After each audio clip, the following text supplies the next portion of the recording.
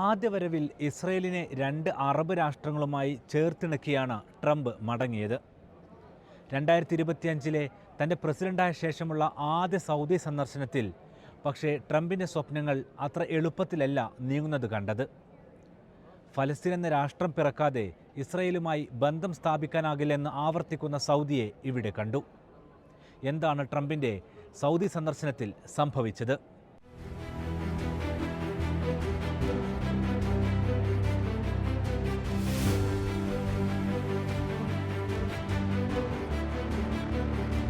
ഈ വരവ് ഒരു അമേരിക്കൻ പ്രസിഡന്റിന്റേത് മാത്രമായിരുന്നില്ല, സൗദി കിരീടാവകാശിയുടെ ഒരു സുഹൃത്തിന്റേത് കൂടിയാണ്. 2017 പ്രസിഡന്റായപ്പോൾ ലോകം ഇരുവരും തമ്മിലുള്ള ബന്ധം കണ്ടതാണ്.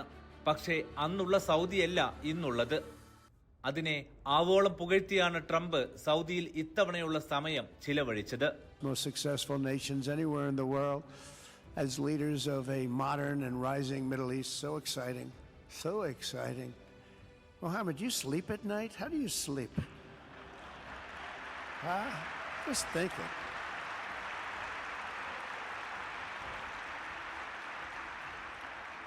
What a job. He tosses and turns like some of us. Tosses and turns all night. How do I make it even better all night? It's the ones that don't toss and turn. They're the ones that will never take you to the promised land, won't they? But you have done some job. True. Saudi കിരീടാവകാശിയും പ്രധാനമന്ത്രിയുമായ Mohammed bin Salman രാജകുമാരനൊപ്പം സൗദിയിൽ വരാൻ പോകുന്ന പദ്ധതികളെക്കുറിച്ച് വിശദമായി സംസാരിച്ചും അതിന്റെ മോഡലുകൾ കണ്ടുമാണ് ട്രംപ് ഈ വേദിയിലേക്ക് എത്തിയത്. യുഎസിൽ സുവർണ കാലഘട്ടമെന്ന് പറഞ്ഞ ട്രംപ് മിഡിൽ ഈസ്റ്റിനെ, സൗദിയെ, അതുമായുള്ള ബന്ധത്തെ ആവർത്തിച്ച് പുകഴ്ത്തി. The Middle East, the people in this room, partners throughout the region. The golden age of the Middle East can proceed right alongside of us. We will work together. We will be together. We will succeed together. We will win together. And we will always be friends.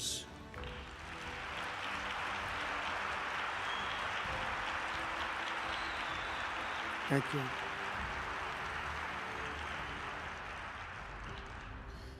So, Mohammed, I want to thank you again very much for having me. And as a representative of what I think is the greatest nation in the world, we are with you all the way, and you have a tremendous future. Thank you very much. And please pay my respects to your father. കഥ ഇതൊന്നുമല്ല. 8 വർഷം മുമ്പ് വന്ന ട്രംപിനെയല്ല ലോകം ഇത്തവണ സൗദിയിൽ കണ്ടത്. 2017 സൗദിയിലേക്ക് വരുമ്പോൾ ചിത്രം വേറെയായിരുന്നു. ഇസ്രയേലുമായി കൈകൊടുക്കാനെന്ന് പല അറബ് രാജ്യങ്ങളും വെമ്പി നിന്ന സമയം. അന്ന് സൗദി ഉൾപ്പെടെ പലരെയും അതിൽ നിന്നും അകറ്റിയത് ജനത്തിന്റെ മനസ്സ് നന്നായി അറിയാവുന്നതുകൊണ്ടാണ്. ഇത്തവണ ട്രംപ് എത്തിയത് തികച്ചും വ്യത്യസ്തമായ സൗദിയിലേക്കാണ്. 2017 ഫലസ്തീൻ അറബ് ലോകത്തെ ഒരു വിഷയം മാത്രമായിരുന്നു, അവർക്കുള്ള രാജ്യത്തിന് വേണ്ടി പ്രസ്താവനകൾ നടത്തുന്ന കാലം. പക്ഷെ ഒക്ടോബർ 7 മേഖലയുടെ രാഷ്ട്രീയ ചിത്രവും ചിന്തയും തന്നെ മാറ്റി. ഇന്ന് ഫലസ്തീൻ അറബ് ലോകത്തിന്റെ ഒരു വിഷയം മാത്രമല്ല, ഫലസ്തീനു വേണ്ടി ലോകത്തിന്റെ വിവിധ ഭാഗങ്ങളിൽ പ്രക്ഷോഭത്തിനായി തെരുവിലിറങ്ങുന്നത് അറബികളുമല്ല. അബ്രഹാം അക്കോർഡിലേക്ക് സൗദിയെ എത്തിക്കാമെന്ന് കരുതി എത്തിയ ട്രംപിന് മുന്നിൽ സൗദി വീണ്ടും അത് ആവർത്തിച്ചു. خلال تحقيق أهداف التنمية المستدامة يتطلب وجود بيئة مستقرة وآمنة، ونحن مدركون حجم التحديات التي تواجهها منطقتنا، ونسعى معكم فخامة الرئيس وبالتعاون مع أشقائنا في دول مجلس التعاون الخليجي لوقف التصعيد في المنطقة وإنهاء الحرب في غزة وإيجاد حل دائم وشامل للقضية الفلسطينية وفقا لمبادرة السلام العربية والقرارات الدولية ذات الصلة، بما يحقق الأمن والسلام لشعوب المنطقة. كما نؤكد دعمنا لكل خلال تحقيق أهداف التنمية المستدامة يتطلب وجود بيئة مستقرة وآمنة، ونحن مدركون حجم التحديات التي تواجهها منطقتنا، ونسعى معكم فخامة الرئيس وبالتعاون مع أشقائنا في دول مجلس التعاون الخليجي لوقف التصعيد في المنطقة وإنهاء الحرب في غزة وإيجاد حل دائم وشامل للقضية الفلسطينية وفقا لمبادرة السلام العربية والقرارات الدولية ذات الصلة، بما يحقق الأمن والسلام لشعوب المنطقة. كما نؤكد دعمنا لكل. സൗദി അറേബ്യക്ക് ഈ നിലപാട് പല തവണ ആവർത്തിക്കേണ്ടി വന്ന വർഷമാണിത്. ഇസ്രയേൽ ബന്ധത്തിന് പകരമായി ലഭിക്കാനിടയുള്ള വൻ ഓഫറുകൾ പോലും സൗദിക്ക് ഇക്കാരണങ്ങളാൽ നഷ്ടമാകുന്നു. കാര്യം ട്രംപിനും ബോധ്യപ്പെട്ടിട്ടുണ്ട്. അതായത് ഇസ്രയേലുമായി നിങ്ങൾക്ക് പറ്റുന്ന സമയത്ത് ബന്ധം സ്ഥാപിച്ചാൽ മതി, അതിന്റെ പേരിൽ നിങ്ങൾക്ക് ലഭിക്കാനുള്ള പ്രതിരോധ കരാറുകൾ വൈകില്ലെന്നാണ് ട്രംപിന്റെ ഈ മറുപടിയുടെ ചുരുക്കം.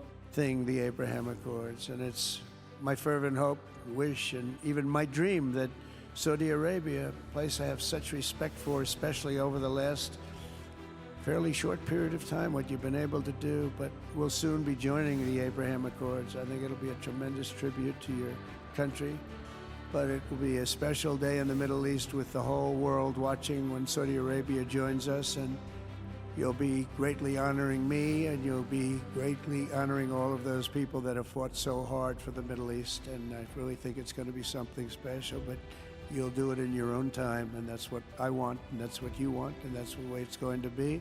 When I left office, the only thing still standing between this region and its unbelievable potential. ഇത് യുഎസിന്റെ സൗദി പോളിസിയിൽ നിന്നുള്ള പ്രകടമായ മാറ്റമാണ്. യുഎസ് ഡീപ് സ്റ്റേറ്റിന്റെ നയങ്ങളെ മാറ്റാനായില്ലെങ്കിലും കുറഞ്ഞത് ട്രംപ് എങ്കിലും മാറിയിരിക്കുന്നു. അതുകൊണ്ട് വെടിനിർത്തലോ ഫലസ്തീൻ രാഷ്ട്ര പരിഹാരമോ അതിലേക്കുള്ള വഴിയോ ഒരുങ്ങാതെ സൗദി ഇസ്രയേലിന് കൈ കൊടുക്കില്ല. ഗൾഫ് രാഷ്ട്രങ്ങൾ ഒന്നടങ്കം US GCC ഉച്ചകോടിയിലും ചർച്ച ചെയ്തത് അതാണ്.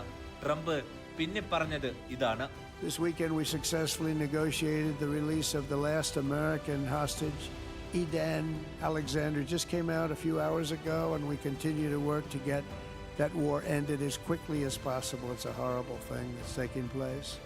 All civilized people must condemn the October 7th atrocities against Israel, which would never have happened again. Trump മടങ്ങിയ ശേഷം കഴിഞ്ഞ ദിവസം നടന്ന അറബ് ഉച്ചകോടിയിലും ഗസ തന്നെയായിരുന്നു ചർച്ച. ഗസയിൽ നിന്ന് ജനതയെ പുറന്തള്ളാൻ ഇസ്രായേൽ ശ്രമിക്കുമ്പോൾ അറബ് രാജ്യങ്ങൾ ഗസ പുനർനിർമ്മാണത്തിന് ഫണ്ട് ക്രമീകരിക്കുകയാണ്. ഗസയിൽ നിന്നും ആ ജനതയെ പുറന്തള്ളിയാൽ പിന്നീട് ഓരോ അറബ് രാജ്യവും അതിന്റെ വില കൊടുക്കേണ്ടി വരും. അതുകൊണ്ട് 2017 വന്ന ട്രംപ് 2025 എത്തുമ്പോൾ മെരുങ്ങി കാര്യം ബോധ്യപ്പെട്ട് മടങ്ങുന്നതാണ് ലോകം കണ്ടത്. സൗദിയിൽ എത്തുന്ന സമയത്തും സൗദിക്ക് ഇസ്രായേൽ എന്ന ഉപാധിയില്ലാതെ ആയുധക്കരാർ നൽകുമ്പോഴും വെട്ടിലാകുന്നത് നെതന്യാഹു കൂടിയാണ്. ഇസ്രായേൽ എന്ന രാജ്യത്തെ US അകറ്റി നിർത്തില്ല. പക്ഷെ രാഷ്ട്രീയ താല്പര്യത്തിന് വേണ്ടി US-നെ നെതന്യാഹു ദുരുപയോഗം ചെയ്യുന്നുവെന്ന ആശങ്ക US-നുണ്ട്. ആ അമർഷം ട്രംപ് പരസ്യമായി തന്നെ അവരെ അറിയിച്ചിട്ടുണ്ട്. അതുകൊണ്ടാണ് ഗൾഫ് രാഷ്ട്രങ്ങൾ സന്ദർശിച്ച ട്രംപ് ഇസ്രായേൽ സന്ദർശിക്കാതെ മടങ്ങിയത്. ഗസ യുദ്ധം തുടങ്ങിയ ശേഷം ഒരു അമേരിക്കൻ പ്രസിഡന്റും ഇങ്ങനെ ചെയ്തിട്ടില്ല. നെതന്യാഹു എന്ന വ്യക്തിക്കുള്ള മുന്നറിയിപ്പ് കൂടിയായിരുന്നു അത്. സന്ദർശനത്തിൽ സൗദിയോടും കിരീടാവകാശിയോടുമുള്ള ഇഷ്ടം ട്രംപ് ആവർത്തിച്ചു പറഞ്ഞുകൊണ്ടേയിരുന്നു. When we have great partners in the world, but we have none stronger and nobody like the gentleman that's right before me. He's your greatest representative.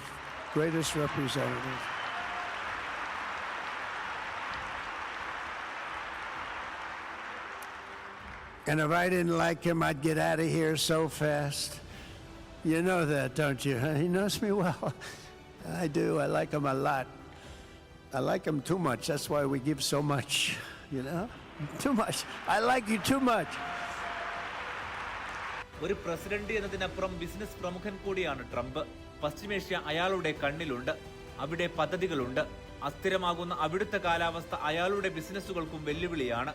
മറ്റൊന്നിനോടുമില്ലെങ്കിലും ബിസിനസിനോട് ആത്മാർത്ഥതയുള്ള ട്രംപ് യുദ്ധത്തിന് പകരം സമാധാനം പ്രസംഗിക്കുന്നതും അതുകൊണ്ടാണെന്ന് US മാധ്യമങ്ങൾ തന്നെ പറയുന്നുമുണ്ട്. A nuclear weapon. Iran will never have a nuclear weapon.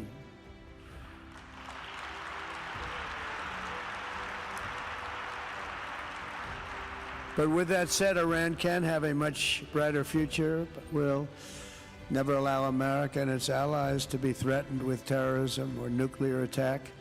The choice is theirs to make. We really want them to be a successful country. We want them to be a wonderful, safe, great country. But they cannot have a nuclear weapon. This is an offer that will not last forever. The time is right now for them to choose. Right now, we don't have a lot of time to wait. Things are happening at a very fast pace. They're happening right here. They're happening at a very fast pace. So they have to make their move right now, one way or the other. Make your move. As I said in my inaugural address, my greatest hope is to be a peacemaker and to be a unifier. I don't like war. ഹൂത്തികളുമായി വെടിനിർത്തി ഇറാനുമായി ചർച്ച തുടങ്ങി ലെബനോനെ ചർച്ചയ്ക്ക് ക്ഷണിച്ച് സിറിയക്കെതിരായ ഉപരോധം അവസാനിപ്പിച്ച ട്രംപിന്റെ സന്ദർശനത്തോടെ സംഭവിച്ചത് സൗദിയുടെ പുതിയ ഉദയമാണ്. ഇറാന്റെ സ്വാധീനം കുറക്കാനുള്ളതായിരുന്നു സിറിയക്കുള്ള ഉപരോധം നീക്കൽ പോലും. അതും സൗദി കിരീടാവകാശിയുടെ നിർദ്ദേശം കേട്ട്. അല്ലെങ്കിൽ ഒരു ഗൾഫ് രാഷ്ട്രത്തിന്റെ വാക്ക് കേട്ട് ലോകത്തെ ഏറ്റവും വലിയ സാമ്പത്തിക സൈനിക ശക്തി ഇങ്ങനെ ചെയ്യുന്നുണ്ടെങ്കിൽ അതിലുണ്ട് ഇരുവരും തമ്മിലുള്ള ബന്ധം. Make our relationship closer, stronger, and more powerful than ever before. It is more powerful than ever before.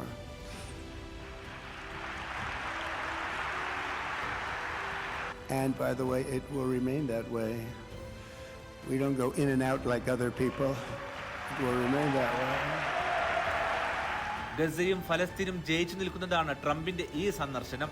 ഏകപക്ഷീയമായി വിജയിച്ചു മടങ്ങാറുള്ള US സൗദി ഉൾപ്പെടെയുള്ള രാഷ്ട്രങ്ങളുടെ നിലപാട് കേട്ട് മടങ്ങി. പക്ഷേ ഒന്നുറപ്പാണ്, ഇസ്രയേലുമായുള്ള ബന്ധത്തിലേക്ക് പതിയെ സൗദി എത്തും. അപ്പോഴേക്കും അക്കബ ഉൾക്കടലിനപ്പുറം ഗസയും വെസ്റ്റ് ബാങ്കും അജയ്യമായി നിൽക്കുന്നൊരു രാജ്യത്തിലേക്കുള്ള വഴി പിറവി കൊള്ളേണ്ടി വരും. ഇത് ബോധ്യപ്പെട്ടാണ് പകരച്ചുങ്കത്തിന്റെ പ്രതിസന്ധി മറികടക്കാൻ കൈനിറയെ കരാറുമായി ട്രംപിന്റെ മടക്കം.